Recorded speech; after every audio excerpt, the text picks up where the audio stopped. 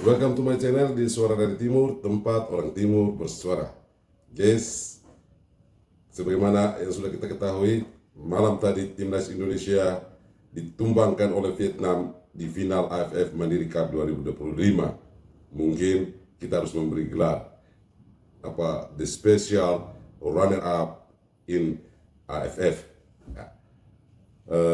Seringkali kita menyaksikan Indonesia bermain dari awal turnamen ini, memberikan keyakinan demi permainan dari match ke match berikutnya, memberi kita sebuah keyakinan dan kita merasa percaya bahwa bisa menjuarai turnamen ini, apalagi di kandang sendiri.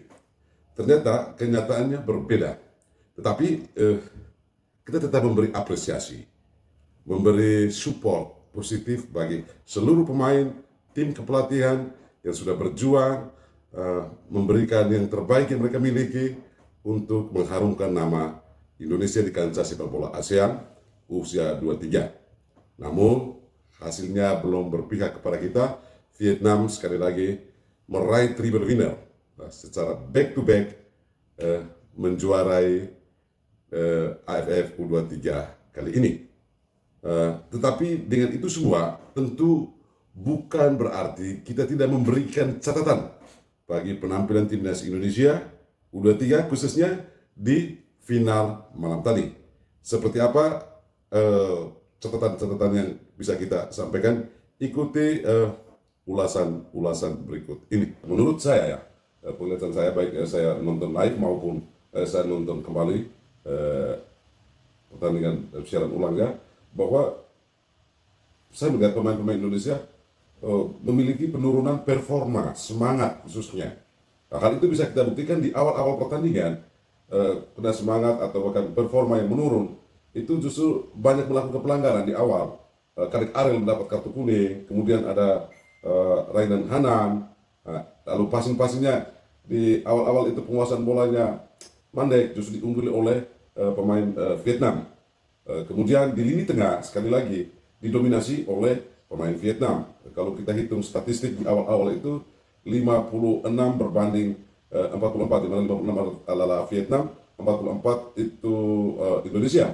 Padahal ini berbeda dari penampilan Timnas Indonesia sebelumnya ketika melawan katakan mulai dari Brunei, Malaysia, Filipina, kemudian berada di Thailand. Soal penguasaan bola itu ada di tangan Indonesia.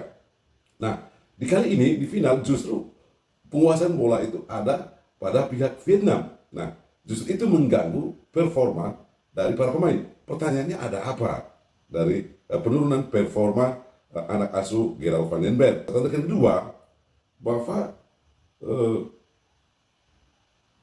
penguasaan bola yang diupayakan oleh Timnas Indonesia tidak maksimal ini berdampak pada tekanan-tekanan terhadap permainan Timnas Indonesia yang terus bermain di belakang, sementara lini tengah ini dikuasai oleh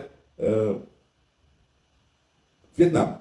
Nah, dengan itu Indonesia kesulitan untuk mensuplai ke lini depan untuk melakukan serangan. Justru sebaliknya lebih banyak diserang, diancam oleh pemain Vietnam. Kenapa? Serangan-serangan yang dibangun dari lini belakang ke depan itu terputus dari lini tengah dan susah sekali untuk membuka ruang. Ada kelemahan di situ adalah bagaimana pemain-pemain kita tidak terlalu intens untuk membuka ruang pertandingan, ruang permainan, di mana menumpuk kembali ke belakang, tidak bisa kembali ke belakang. Padahal itu bisa dipancing supaya di lini tengah ini pemain lawan bisa terbuka jika kita lebih cepat, bermain lebih cepat untuk membuka ruang. Yang ketiga, guys, catatannya bahwa lemahnya antisipasi pemain Indonesia terhadap crossing yang dilakukan oleh Vietnam. Kita tahu di laga sebelumnya Vietnam itu mampu mengalahkan Filipina justru melalui crossing. 2 gol yang diciptakan oleh Vietnam ke gawang Filipina di semifinal itu dari hasil crossing, di mana pemain-pemainnya mampu menjebolkan gawang Filipina. Nah, ini yang kita lihat di gol tadi malam, itu berasal dari tendangan pojok. Kemudian bola dilambungkan lewat pemain Indonesia disundur dari luar masuk ke dalam. Kemudian inilah yang terjadi treble. Bola jatuh, lalu ada pemain Vietnam yang bebas. Kemudian kalau kita lihat dari gambar itu bahwa ada dua pemain timnas Indonesia yang menonton tidak merespon. Nah, lengahnya di sini membuat Indonesia juga kebobolan. Ini yang paling kunci. Nah, Gerald pada saat persiapan tidak lupa atau bahkan mungkin sudah mengingatkan, tapi pemain-pemain kita yang lupa untuk mengantisipasi hal ini. Nah, Vietnam tahu bagaimana Indonesia itu bisa diakali dengan cara itu.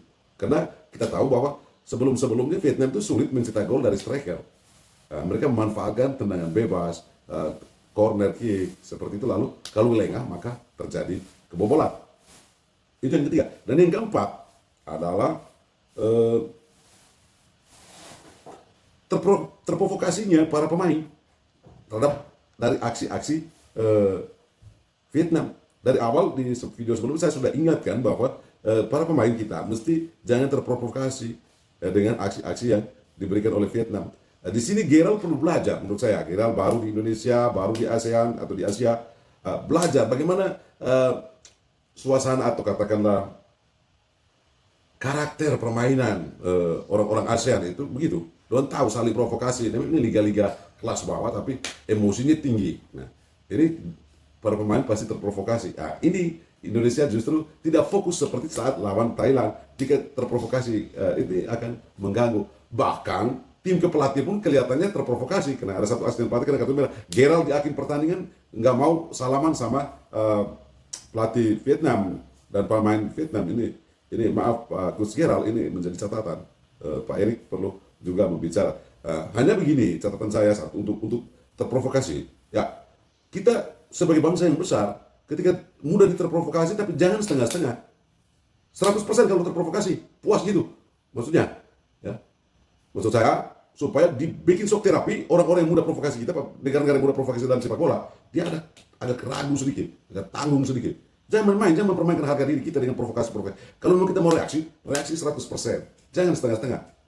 Lalu, yang berikut adalah terlambatnya Gerald Vandenberg itu untuk memberikan kontra strategi. Saya tanya-tanya, ini kenapa Gerald cuma begini strateginya? Sudah tahu tim kita mentok, tapi tidak ada perubahan baru. Nanti ada pergantian Frankie Misha dengan Ahmad Maulana. Kemudian Arkan Fikri turun menit ke 80-an. Menurut saya terlambat. Tapi ya, it's okay. Teman-teman, itu catatan evaluasi kita versi Suara dari Timur, tempat orang Timur bersuara tentang permainan final timnas Indonesia melawan Vietnam yang hasilnya sudah ada, yakni Indonesia gagal menjuarai, Vietnam kembali lagi sekali menjuarai AFF U23, treble winner.